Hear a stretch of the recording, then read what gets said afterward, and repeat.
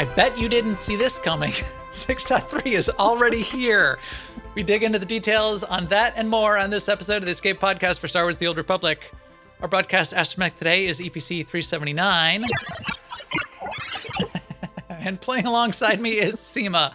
Hi, Seema. How's it going? Well, it's going really well. We had a fun night tonight in our ops team where we went and ran story mode Duxon for a 6.3 reason, which we're going to talk about later. All the stuff on 6.3. That's our jam for tonight. MFN this week we killed world bosses and we went on a killing spree on Alderaan and many other places. I personally have killed lots of bugs this week because that's just how it has worked out. Insectoids. I think you mean insectoids. I think bug and insectoid is pretty good synonym. Synonym.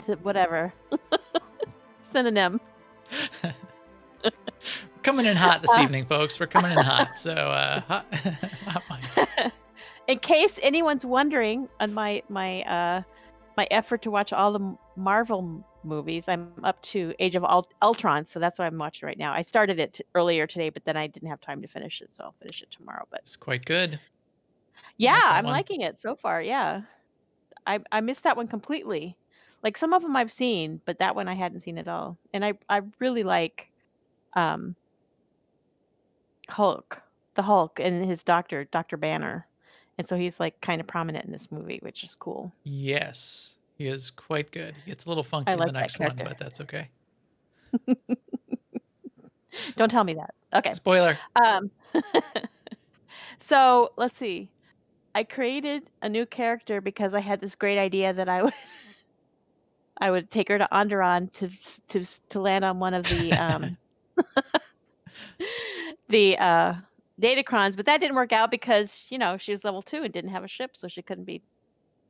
Yeah, well, I mean, technically, first you needed to summon me, and I logged on a character that didn't have a ship, and you blew your cooldown on your summon for that character. So then I leveled up my character to get my ship, and so then 45 minutes later we did it again, and you summoned me, and then I tried to summon you, and you didn't have a ship. Right, level 2 didn't have a ship, but we were like, oh, that's right. Yeah, you didn't have a ship, and it didn't work. We just did that 45 minutes earlier. Right. And didn't think about it when we did the second song. But at least now your DVL character that's at level 50 now has a ship. Yes, and he's living there, but he's living there on Alderaan now. Right. He's a guardian. He's guarding. Onderon. It was Onderon. Whatever. Yeah. Whatever. Oh, planets. So a lot of my activity this week has been centered around 6.3, so we'll be talking about that in more detail when we get to that part. So I'll just hand it over to you, Max. How was your week? Great. Filled with 6.3. Yes, we will be talking quite a bit about 6.3. There's parts of it I like. There's a lot of it that everybody really likes. There's parts of it I don't like that other people seem to have no problem with. We'll get into a little bit of hot takes on it, but really it's going to be our own personal view because the reception for most of 6.3 has been pretty universally liked by everyone, which is great. It's great for the game and great for the community. I've been doing all the things, which I'm so on having to do all the things.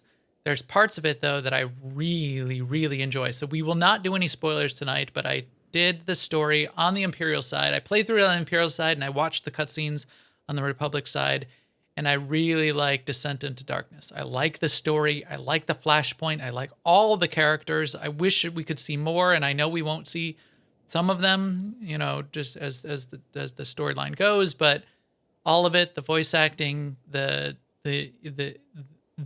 everything that I played through, I really, really enjoyed. In a couple weeks, we'll do a spoiler detailed breakdown of some of the story, and maybe there'll be some give and take in sort of how it looks from the Republic and the Imperial and how they sort of match up with each other that you could have concerns about, but it's all just part of how the storytelling works these days. I've been doing a ton of the Galactic Seasons as well. And as a result, I've been doing, tons of conquest and a little bit of everything as that goes. So we'll break that down and we'll talk about what we've been doing there in detail as well. I've been cranking through books too. I did Revelation Space by Alistair Reynolds, I believe is the author. I didn't even write this down. I also did The House in the Cerulean Sea, which is I'm sure that's going to be on the awards list for Hugo's and Nebulas this year. It's a cute and endearing novel with some sci-fi fantasy elements to it as well, which was fine. I enjoyed it. I thought it was good. A little too cute and endearing for my taste in terms of. Is it YA or? No, technically no, but it Okay. borders on it. Okay. I would say it's sort of like at that Harry Potter kind of level, which Harry Potter, I guess technically you could say is YA, but it's plenty of all audiences. So it's kind of like the all audiences level. Mhm. And now I've moved on to, what did I move on to? I moved on to an lit RPG novel, which is my palate cleanser once in a while. I call it brain candy when I pick up these novels. They're not literature, but they're fun reads. Even though they have lit in their name. Even though they have lit in their name. So this one is, I forgot, it's like Viridian Archives or something like that. It's I think I've done 3 other lit RPG series and like done the whole series. This is a 4th one now that I'm trying out. And I like to listen to lit RPG on audio when I'm leveling up in MMOs because it really kind of fits, That's as very you would meta. expect. Anyway, that's what I've been doing. Let's talk about some news. Now, an Imperial News Network report. So, hey, 6.3 has been announced. It will be released on... Oh, hey, it's also been released. So this has all happened in the past week. Since we recorded last week, they announced that it would be coming out, and then they launched it.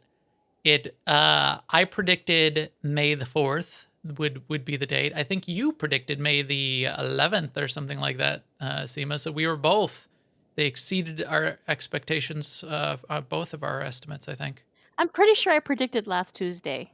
Did you? You No. predicted... you predicted the exact day it came out?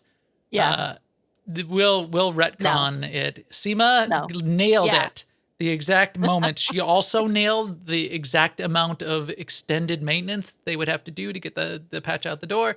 But it launched pretty well. They got it out. They had to keep the servers down a little bit extra. But we got it out there. The big things that we'll talk about in our segment breakdown are Galactic Seasons has now launched. Secrets of the Enclave, which includes some story and a flashpoint, has launched. And technically, which we won't talk about too much, but PvP Season 14, in fact, let me bring that up and just show you. PvP Season 14 has started, and which in a good way, they've decided to show off what the rewards look like for PvP Season 14. Look like. I know I lost it. But there is a post up here somewhere, probably in the dev tracker, which has the preview art for the weapons that are coming up in PvP Season 14, which is nice to see at the beginning of the season. And they do look pretty cool. So that was nice to get those going. So while I bring that up, Seema, what else is in the news? So, Star Wars The Old Republic, our game is famous now because we were mentioned on StarWars.com in part of their sort of what's happening around the Star Wars galaxy for May the 4th. So they mentioned that we in our game are going to have a double XP, double Valor, double Renown event that's going to go from the 4th to the 18th. We're going to get a May the 4th astromech, which is painted in a way suggestive of or reminiscent of the Bad Batch. So it's Bad Batch themed. And I know some people were saying, I hope they don't give us another astromech, but I kind of feel the other way around. It's like traditional to get an astromech for May the 4th. Yes, and it is an astromech. I mean, that's been confirmed. It's been confirmed. Okay, Yeah, so that's sort what I of, just said. yeah. That mini side rant. It's still not on SWTOR.com, Right. but it So is if up you were, on StarWars.com, which is cool. that is cool. So yeah, here he is. But Here's the little astromech. It's kind of below the fold. You had to scroll down a little bit in the article to get to. You had to scroll down below Jedi Knight, Jedi Academy, and Jedi Outcast, uh, which Star Wars Racer, which is what is that even a play? It's on Xbox. Wow, you had to scroll down quite a bit to get to. You had to scroll down below The Sims and Minecraft Star Wars Edition, but it's down there. It's in there, right above Star Wars Pinball. So we got that going for us, which is nice.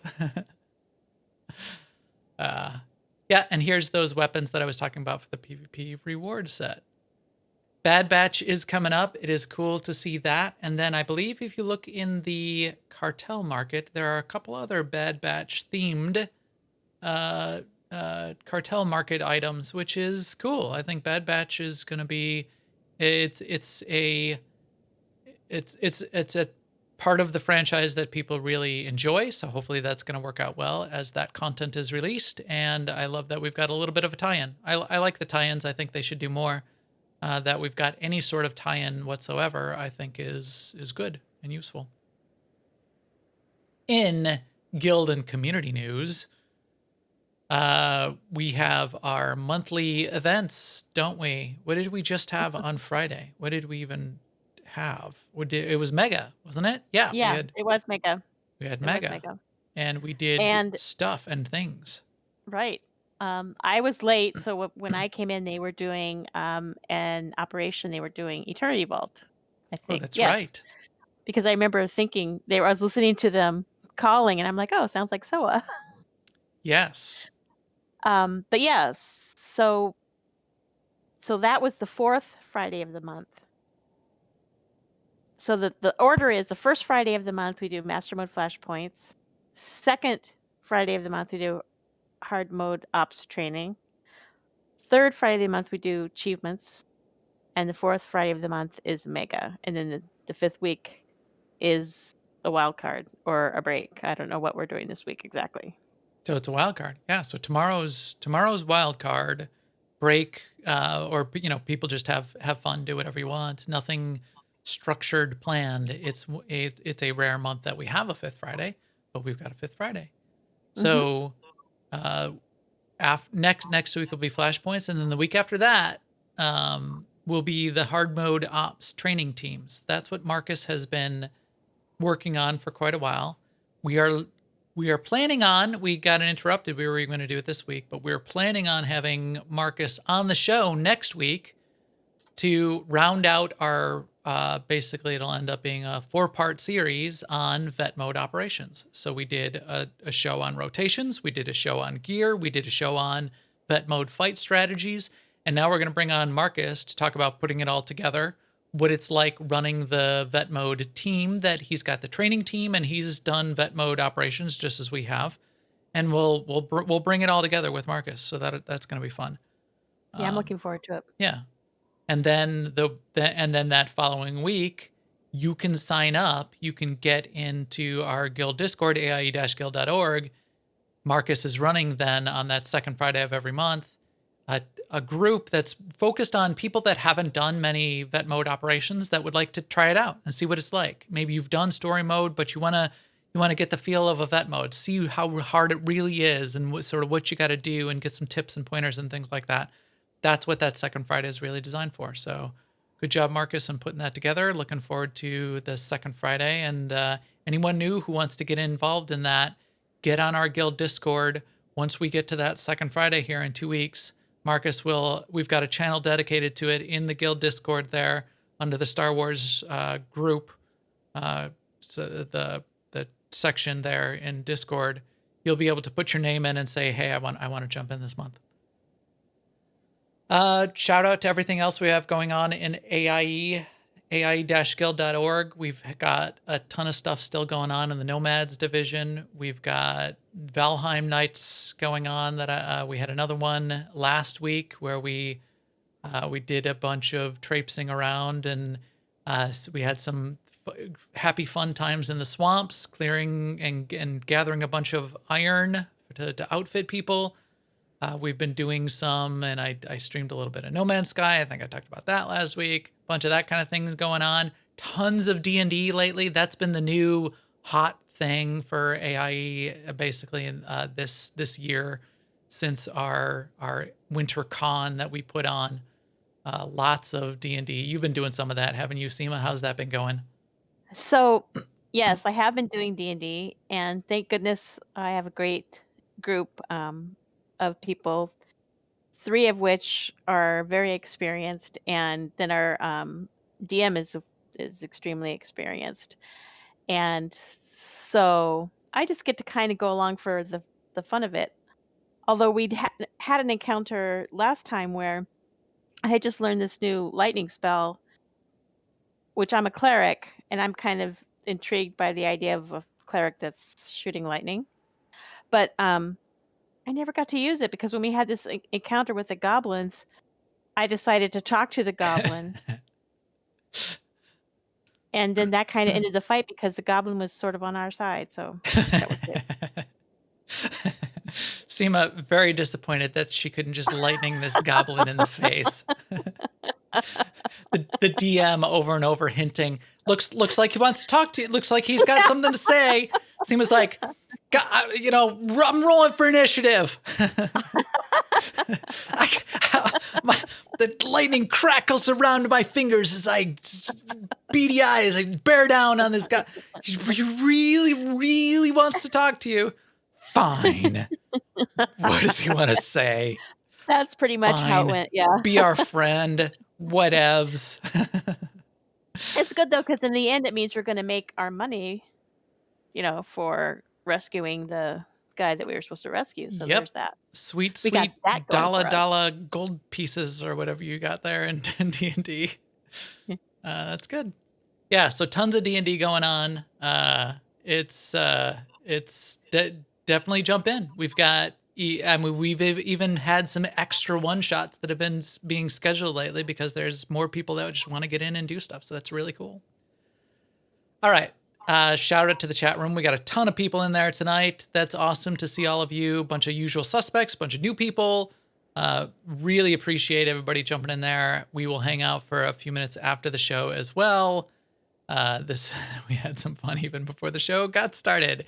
A little bit of the warm up. Definitely get in here, around, typically it should be around 10:25, 10:30 p.m. Central on Thursday nights. We were late because Seema and I were chatting it up on whatever we were talking about. And we had people pinging us in Discord saying, hey, you guys planning on going live here anytime soon? But yeah, we get in here and broadcast a little bit of the pre-show and post-show, and then you can catch the show on YouTube and all the other places, iTunes and whatnot after the fact. But now, 6.3 has launched, and as I said, I bet you didn't see that coming. Bet you didn't see this coming! So as I said, we are not going to spoil the story tonight, so you don't have to worry about that. However, tiny spoiler, that voice acting does show up somewhere in the Secrets of the Enclave. She does not hold back. She is that little Jedi there. She's kind of unhinged at some point. She is that voice acting. You just listen to this. I need to track this down. Bet you didn't see this coming! She yells that at you during the fight. I laughed out loud while I was running through the content the first time. I was so pleased with hearing that happen. It's kind of amazing too because we did it on the PTS without the voice actors and the story and all that stuff. Right. None of that. And it's a completely 100% different experience with all those pieces in place. Yeah, it is.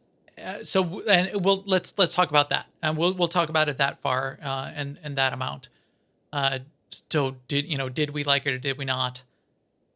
Truth be told, and we'll get into a little bit of the reasons why, I was kind of so-so on 6.3. It launched. I'm not a PvPer, so PvP, I'm not a ranked PvPer, so PvP Season 14, I was like, Galactic Seasons, we'll get to it. I know a lot of people love it, and I really like what it's doing with the community, but for me personally, I was like, I was so-so on Galactic Seasons. So overall, until I got to Wednesday night when I had time to run the story, I was like, 6.3. All right, it's launched. It's a thing. And then I ran Secrets of the Enclave. I ran the story. I ran it on Imp side. It's some of the... I was blown away. I mean, it's not, it's not mind-blowing, but I really, really liked it. I liked the characters and the cutscenes. I liked the characters you fight against. I like the fights. I like the setting. I like the story. I like, we know it's Malgus. I like Malgus. I like where it seems to be headed from a story perspective.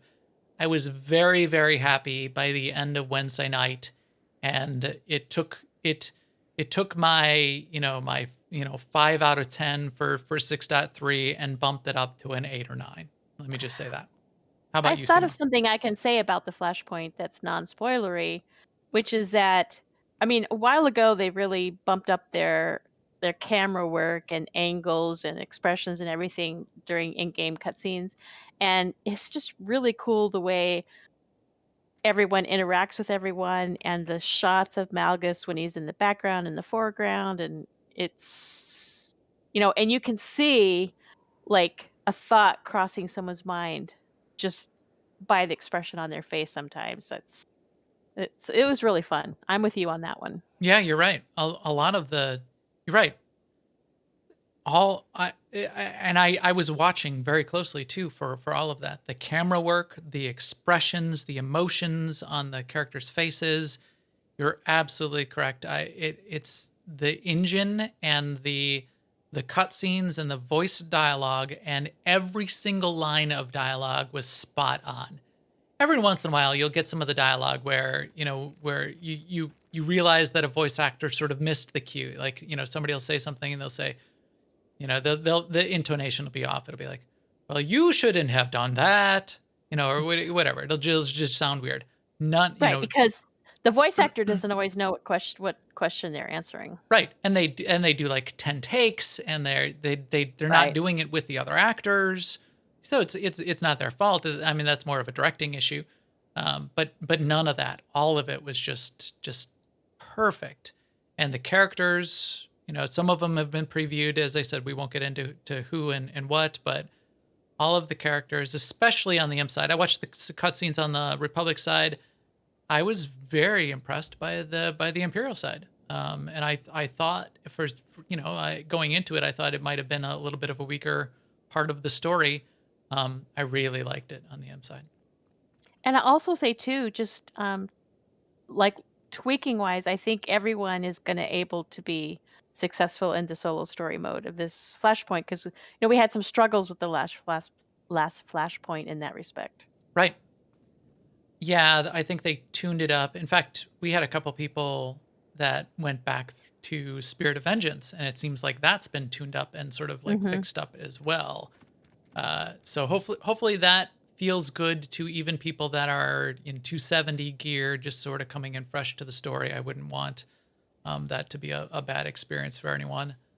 And as I said, we'll break it down and we'll get to it in more detail in a future show. But yeah, two thumbs up for me, both in everything that was presented and especially where this seems to be going. I really like it. It's a really fun storyline for me, and I hope it goes the directions that I want it to go. It won't go as far as I want it to go. Everyone knows that Malgus is back. I'm Team Malgus.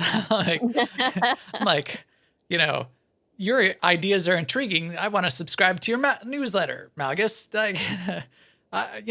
Sign me up, buddy. let's do this. And I know we won't get to go that far. I don't think, but I'm interested to see where it goes. So that's that. As I I said, want to say too, like Darth Rivix, I'll just bring him up because we saw in the last live stream the voice actor for Darth Rivix was Gideon. I forget his last name, but really good, and the really, character is really really good. Yeah, yeah. Man, really good. I kept thinking, I kept listening. I'm like, wait, where did they get this British actor? Wait, no, it's that guy. Wait, Yeah. I mean, in my head, I'm like, it's like some young Michael Caine or something. I'm like what? It's just so good. Yeah, I mean, Yeah. it was just very layered, and he's not trustworthy, and it's just not by anything he says, but by the way he says it. And Yeah. and as I said, and this. Bet you didn't see this coming! How do you even get that out of a voice actor? I mean, what did she have to do? And they were doing like a lot of this from their houses and stuff. Bet you didn't see this coming. She had to wow, she's selling that, man. That is great. All right, so there's that. We'll get into that more. Yes, that's right. Gideon Gideon Emery. Emery. Thank Thanks. you. Does anyone know that? Well, let's not get into that because again, spoiler. We're naming characters that we shouldn't name, and some of the other stuff. So we'll I gotta find out who the voice actor was on that other voice, and we'll track her down and we'll get her on the show. No, we won't, but I would like to. Get her to do a custom intro for our podcast. Bet you didn't hear this podcast. Something like that. That'd be great. Or you could just do it and we could say it's her. I will do that. Because that's a pretty good impression right there. It's not. She's got even more roll in the back of her throat when she oh man, it's so good. Anyway, PvP season 14. Yes, that also launched and this is where I had the link on what these weapons look like. It's great to see the weapons as you start the season, and yes, they look really, really cool. Cool enough to make me ranked PvP again? Probably not, but cool. In fact, I like this saber staff. I think that looks cool, and I like the metal, the two-tone metal, like the brass and steel mix on the weapons here. I like that too. It looks really good. Problem is, my mercenary would be using this, and that's a little. My gun show is a little bigger, if you know what I mean. 2 tickets to the gun show. Will you please stop saying that? Especially, my gun's bigger, and then if you know what I mean. Well, no, I mean like this. It's the Yes. the muscle. That's the Yeah. biceps gun show. The guns. The guns. The right and left. There you go. Not that. Anyway, PvP season 14 is launched. If you are a ranked PvPer, get out there. Get that ranked ELO. Get your ELO. You gotta be getting those ranks. Killing those noobs. Show them what they have coming to them. And then, not to bury the lead, but a big part of 6.3 is Galactic Seasons. Yes. So a really big part. Let's peel this onion, Seema. Let's unpack this packed thing. Let's open this box of joy. Galactic Seasons. I've been watching this train coming down the tracks. I've been so on Galactic Seasons on the PTS, and as it's come and as it's launched, I've been so on it. However, now that it's launched and I see the reaction from the community, I listen to as you said, I listen to general chat on the fleet. I'm looking at the feedback threads, and I'm looking at the the volume of people that are like, And right. And l- and even guildies. you know, I mean, we had, what did we have? We had like almost 24 people on our mandatory fun night on Tuesday in, you know, one of the most populated nights ever. And a lot of it's because of Galactic Seasons. So, you know, Good on again, ya. because everyone else loves it, again, what would have been a 5 out of 10 for me is now up to an 8 or 9. Yeah. People just like it. So great. That's good. It's good for the game. It's good for the community. It's good for BioWare. I'm happy that it's hitting the mark from that perspective. So yeah, I mean, in intro thoughts from you, Seema. What do you say? So I like it a lot better now that I see it in implementation than I did when we were just had the information that we had when we were on the PTS. Especially since now we know, like, you do this and you get this many points, and at the end, this is how many points you need.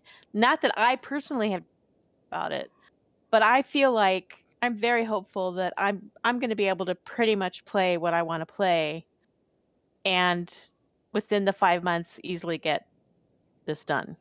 Right.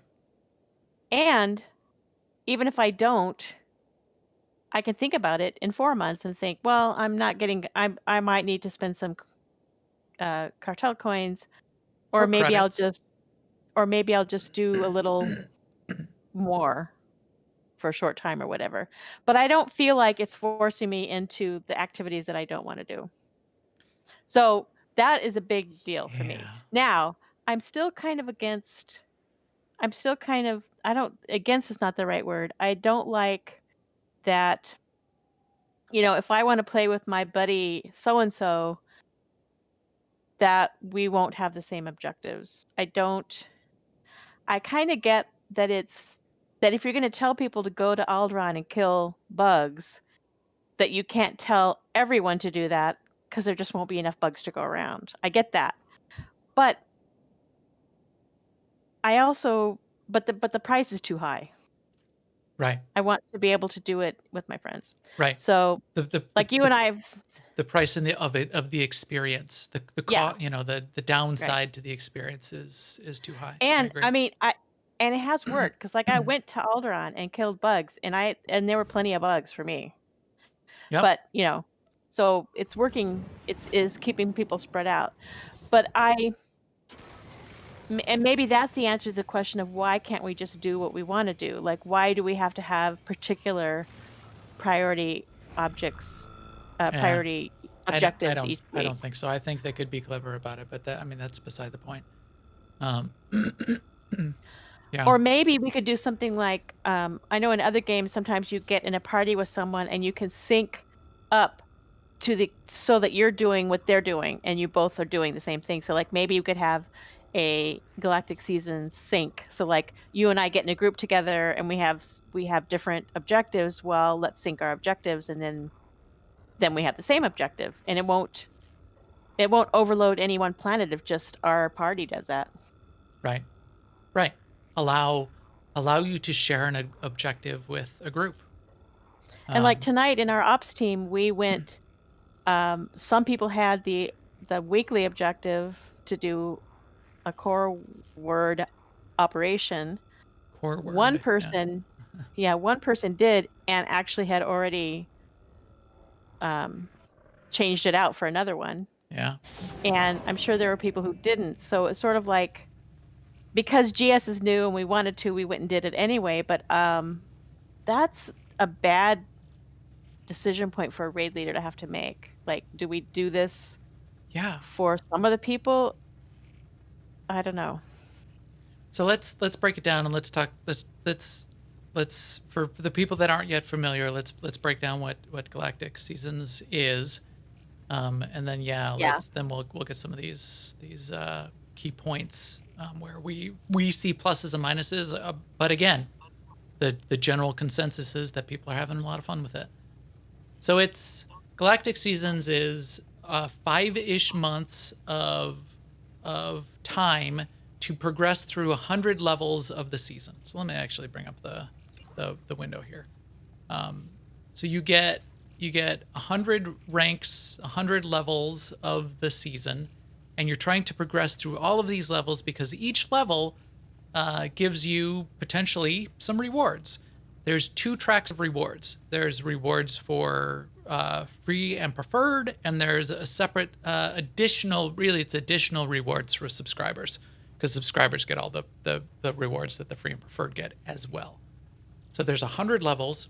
There's 8 points you need to collect 8 points to achieve each level. So you need 8 points for level 1, level 2, level 3. So 800 points total to get to the end of level 100. As you progress through each of the levels, as I said, you're getting a whole bunch of rewards.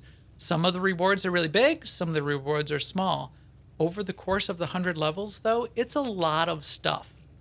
Level 1, you get a companion, and if you're a subscriber, you get a really cool new mount. So it's significant stuff even right out of the gate. By the end of level 100, if you're a subscriber, you're getting things like the 4,000 cartel coins total that you've gotten now over the course of that 100 levels. That's relatively significant. So this is like a big deal. So it's modeled after battle pass type systems. It's to serve these kinds of systems in other games. This is sort of like becoming an industry standard. Is designed to do a couple things. It's designed to keep people engaged, give them challenges to do to keep them to keep them connected to the game throughout the season, and to provide a significant incentive to, in this case, stay subscribed. So subscribers do get a lot more than free to play, and because it's a longer journey, a longish journey, you potentially are going to be subscribed for longer. When people subscribe for a month and get all of the content available in Star Wars: The Old Republic, and then unsubscribe for 6 months until the next thing comes out, that's fine, and it works really well. But it probably doesn't work as well as it could for BioWare, and smoothing things out a little bit more like this is probably good for them. So anyway, you've got the 100 levels.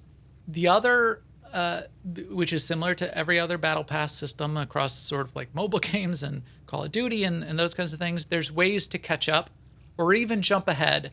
And if you look at here at the top of these levels that I haven't gotten to yet, there's this unlock button. You can pay, in some cases, in-game credits. Those will only get you so far. And in other cases, you could pay cartel coins to jump ahead.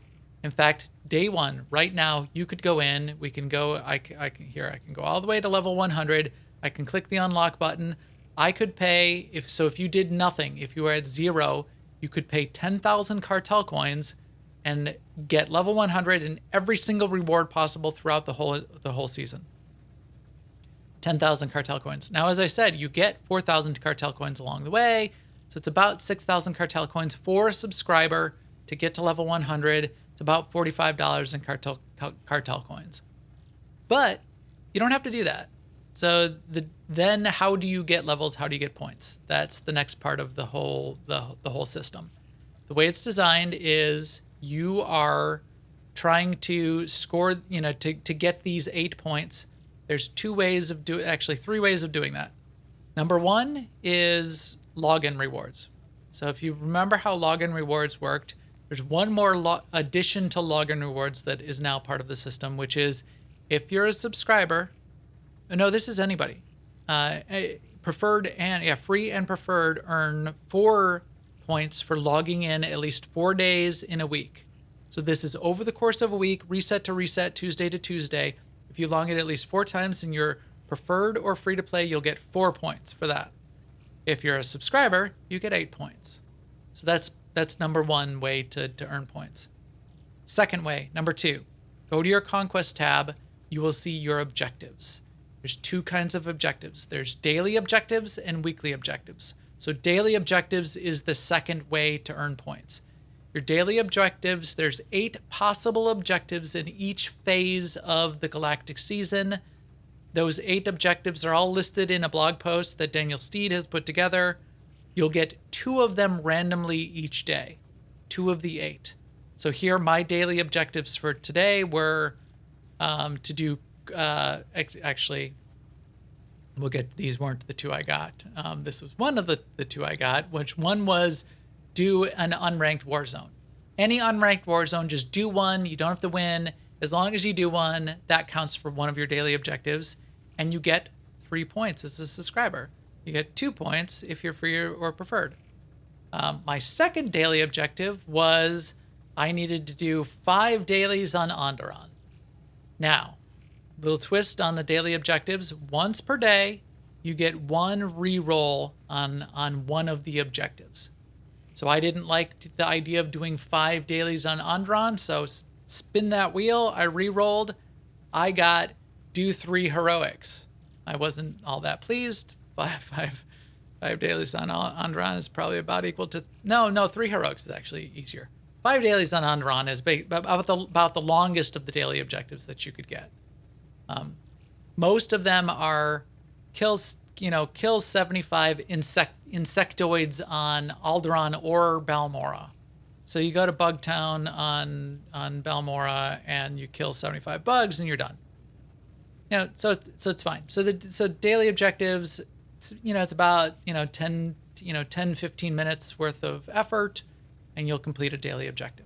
I mean, I don't know. I can do 3 heroics pretty quickly, and if you Well, get like yeah. 75 insectoids on boss, then you're gonna spend some time looking for insectoids. They're few and far between. I thought of you when I got this one earlier today, and I ended up doing them really quick because I remembered and I learned the SEMA tricks. And I actually, I need to level up my Jedi Shadow, which is only level 39. Even though I did one of the heroics on it, I did 2 heroics on my Imperial, and 1 heroic on my Assassin, and 1 heroic on my Shadow, because doing it on a stealth character, you can crack out those heroics. We'll have to look up that old episode. SEMA we did a podcast on it. Maybe we'll have to refresh that. Super fast heroics, doing them stealth. And I need all of your tricks again, SEMA. I need to bust it out. But five dailies on Onderon would be time consuming for me because I forget where they all are now. I mean, and I know there's a couple and where 5 is a lot. Yeah, because then you're doing the there's slow a couple ones where too. there's a couple where you have to kill mobs for drops, and those that can take a while because it's just so random. Yeah, that one's no good. I mean that one's bad. Three heroics, as you say. If you're doing the ones that are fast, is not. Oh yeah, that's the Zen. Thank you. That's the name of the episode was what SEMA does in the shadows. So look that one up. 5 dailies on Onderon reroll. Although, here's where we'll get to it in just a second. Then you might end up doing GSF or you might end up doing PvP. So then the third way is the weekly. So the weekly objective, you get 2 weeklies out of a possible 4, and those 4 are do a bunch of PvP, a handful of PvP, do a handful of GSF is the second one. The third one is do a handful of flashpoints, and the fourth one is do an operation or do 3 of the lair bosses. So you get 2 of those possible 4 objectives, and once per week, you could re-roll 1 of those. And subscribers get 12 points for doing a weekly objective. And I don't know how many for your preferred get for doing a weekly objective, but something significant less, like 8 or 6 or 8, something like that.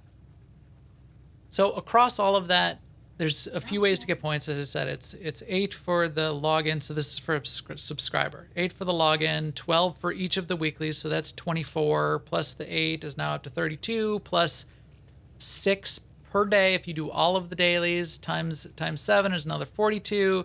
Now you're up to 75 or whatever it is. Did I just do the math? Okay, something like that. 74, 75, whatever it takes. That's what you can get possibly in a week. That is enough to get you done with the whole 100 levels in about 2 months worth of worth of time, which also means you can skip a lot of it as a subscriber. You could never do any of the weeklies and just do most of the dailies, and you'll get it done. You could do some weeklies and some dailies and take a couple weeks of vacation in the summer and do nothing and still get it done way ahead of time. So it's not bad. I feel like 74, thank you, Zen. I feel like this has made.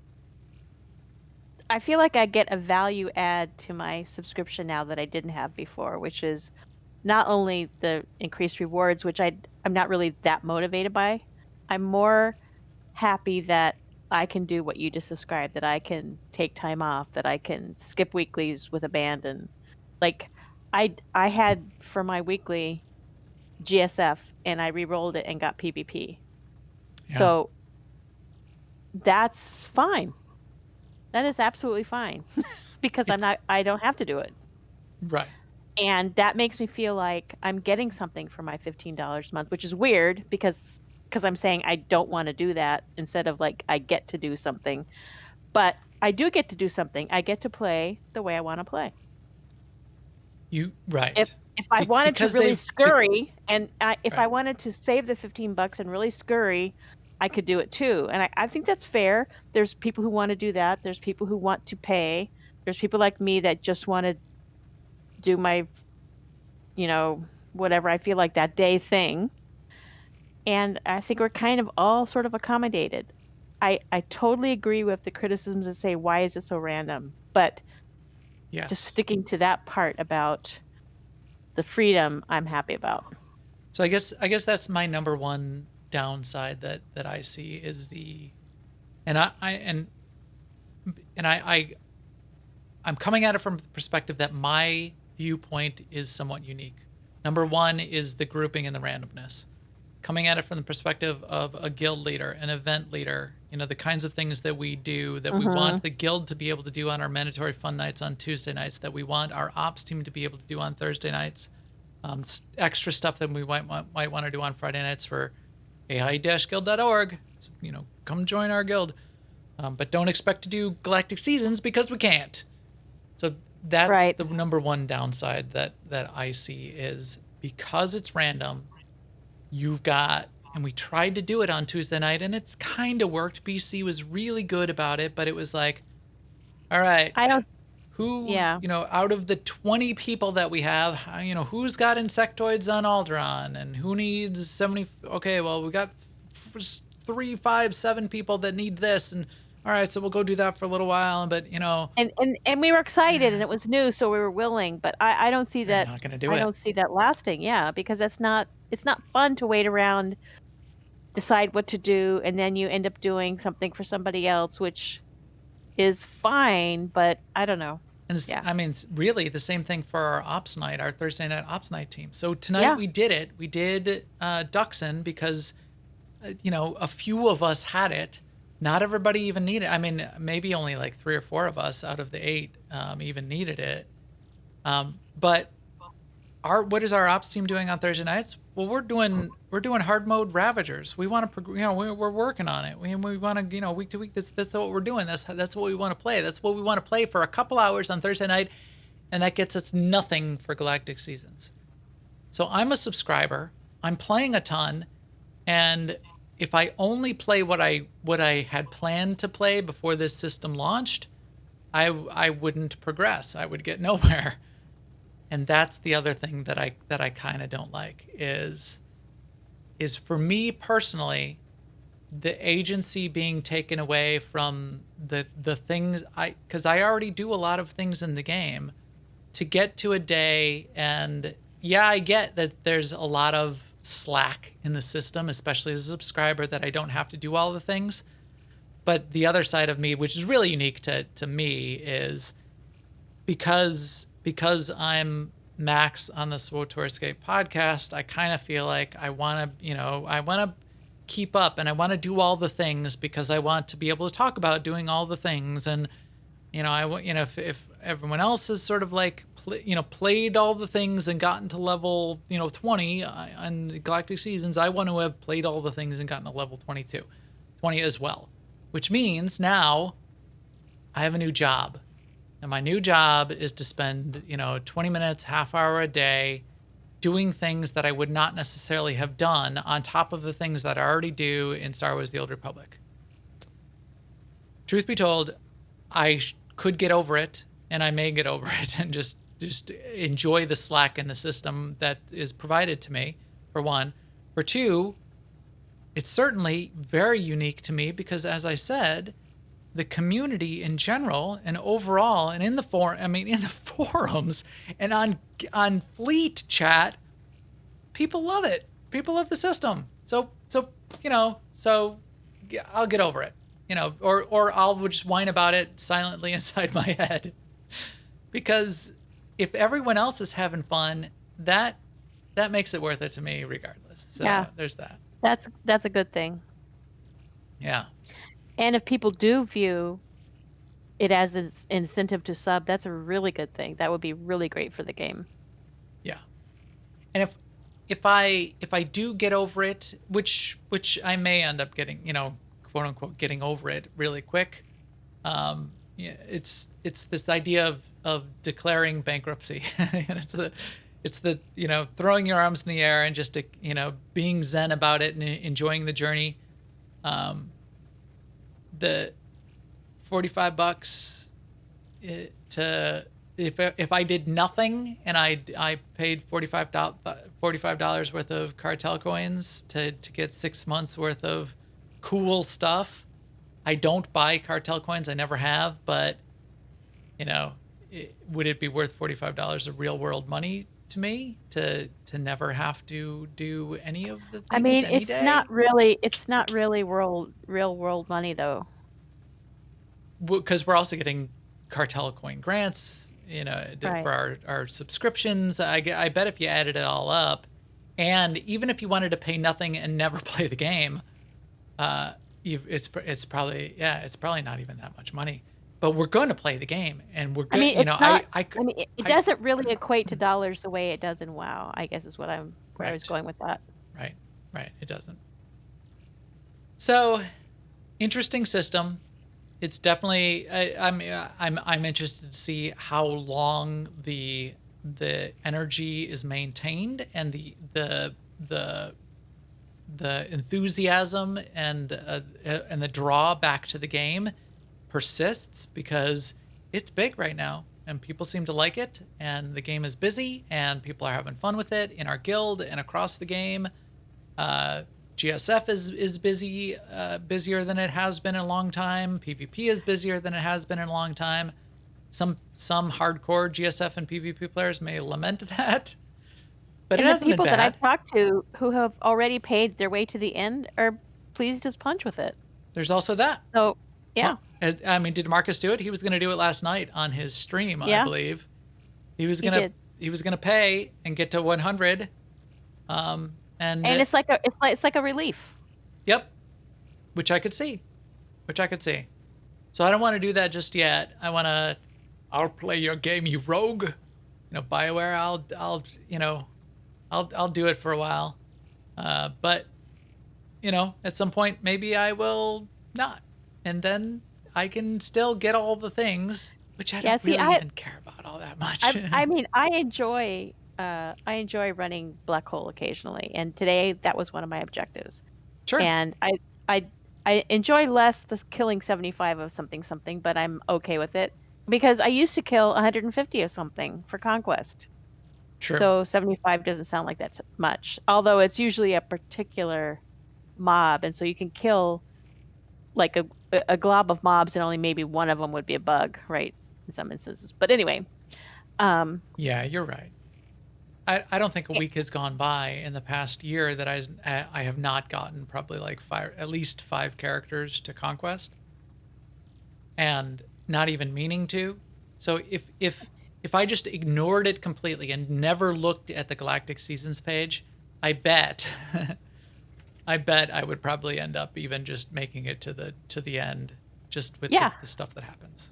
That's what I'm thinking. And in 4 months and 4.75 months, if I'm not at 100 yet, then I'll look at it then, and there's plenty of time to be upset about whatever at that point.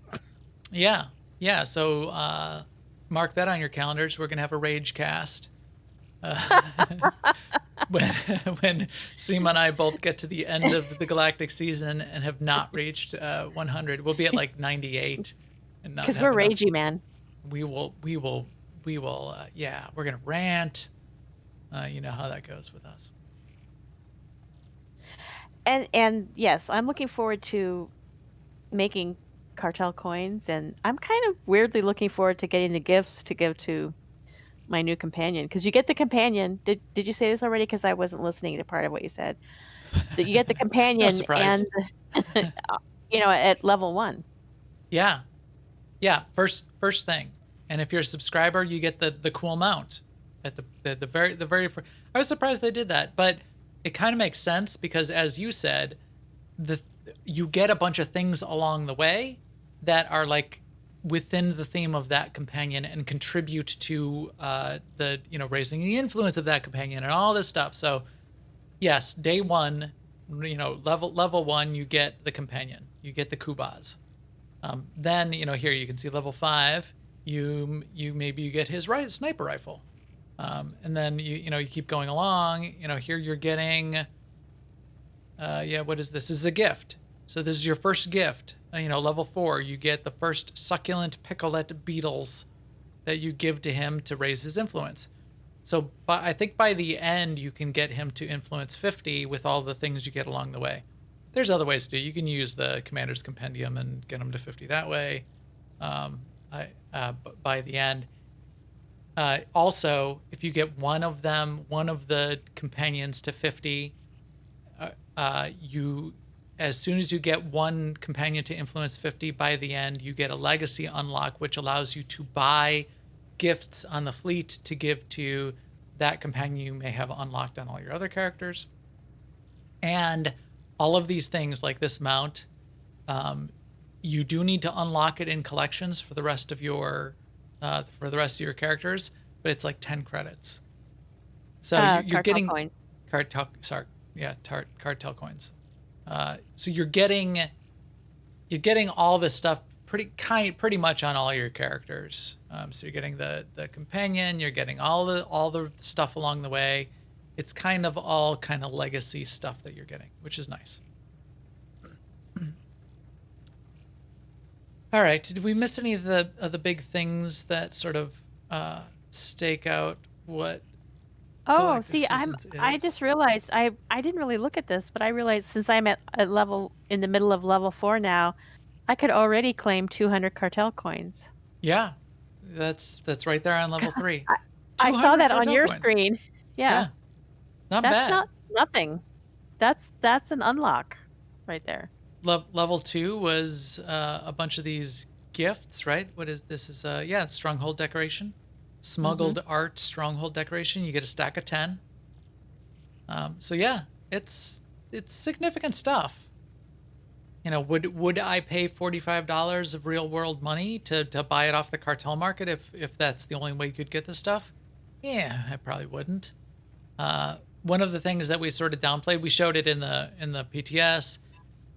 There's 2 strongholds that are kind of cool, but you can only get one of them this season, and that's by design. So the other thing you're getting along the way are the tokens, the Galactic Season tokens. So here's one. So in the first, level 5, preferred and free to play both get a Galactic Season token. Total number of tokens in the 100 levels is 15. Each of the strongholds, and there's 2, there's an Imperial and a Republic, cost 8.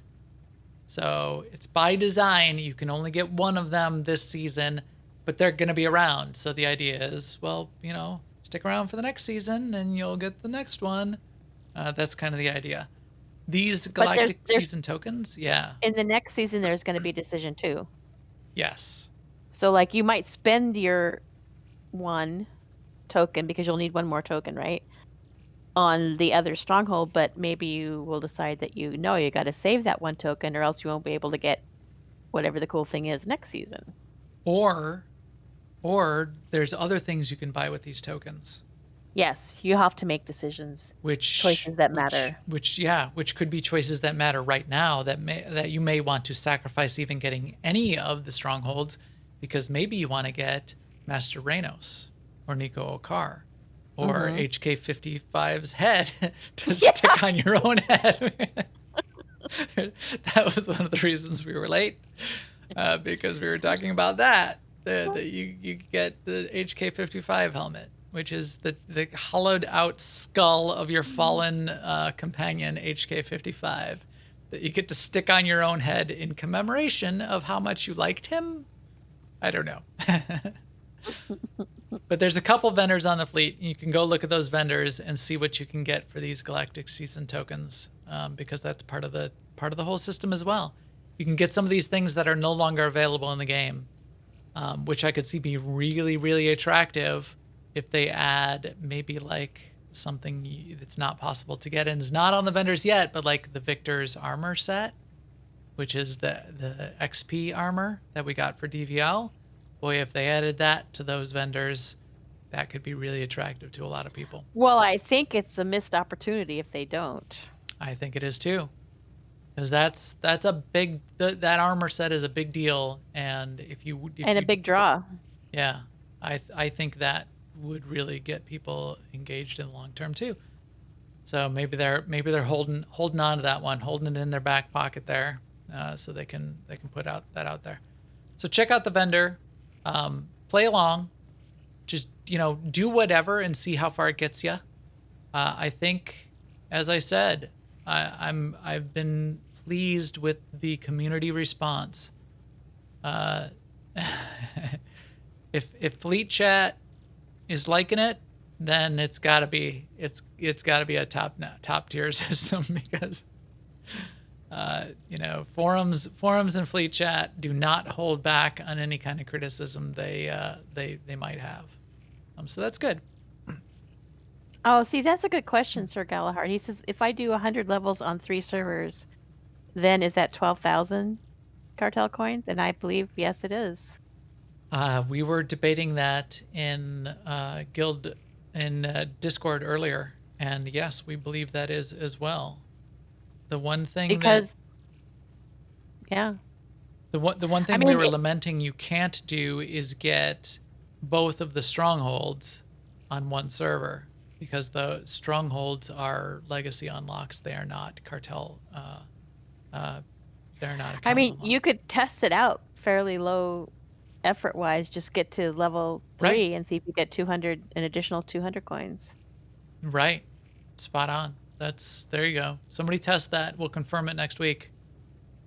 There is the potential to be getting, wow, that's kind of a loophole. 1,200.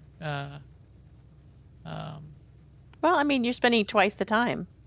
Or 3 times, yeah. Wow. So that'd be interesting to hear. Let us know that if somebody confirms. Or wait a minute, you could just keep. Could you just keep creating, new legacies on new servers? Get 200 coins, and then over and over. delete all your characters and then re-roll again. I don't think you can delete a legacy though. So you couldn't do it. No, I don't think unendingly, yeah. But there's 5 servers if you count the German and French servers too. I don't remember what it takes to create a legacy though. I don't know. I don't know. Do you have to either. levels to a certain point? Wow, that was a long time ago. Yeah. Okay. Interesting. So I could see them locking down that loophole if you could do it if on it is 5 a loophole, servers yeah. as well.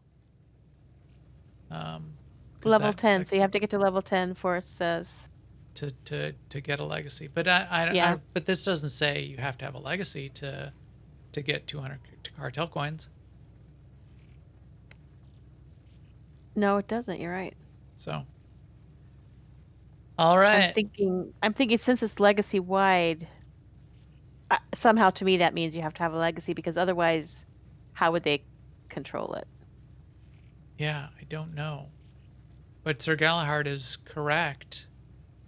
I mean, if you just do the login 4 times in the week and you log in on a, on a dummy character you've created on all 5 servers, how far are you going to get? How many coins are you going to get just cycling your logins once a week, or 4 times a week? You did not hear it here. Yeah, I do not recommend. don't come, and if it works, you tell BioWare that my name is SWTORista. No, don't do that. Right. So yeah, all right. So there we go. We got a system. Let's play with it. Let's see what it looks like. As I said, I'm interested to see how long the activity and the interest sustains. And this will not be. This is the first season, so then we'll have another season after this. So we'll see how it goes. All right, with that, I think our EPC 379 droid is ready to jump out of an airlock, not get, maybe get kicked out, to broadcast this podcast to everyone out there at the start of this first Galactic season. And if you'd like to hear about when we go live, even if we're going live late on a Thursday night, you can find me on Twitter at MaxTheGray, or you can jump in our guild Discord at aie-guild.org. In the upper right of our guild website, we've got the link. Everyone's welcome. We've got guilds on Starforge, on the Republic and the Imperial side. We would love for you and all of your friends to come play with us, because that's why we do this podcast. So if you know anyone that should be seeking us out, tell them to come find us there, on YouTube, on iTunes, on newoverlords.com. They can get to all the links to hear about our podcast, to hear about our guild, to hear about our gaming community, and come join us. And with that, we will talk to you soon. Later, everyone.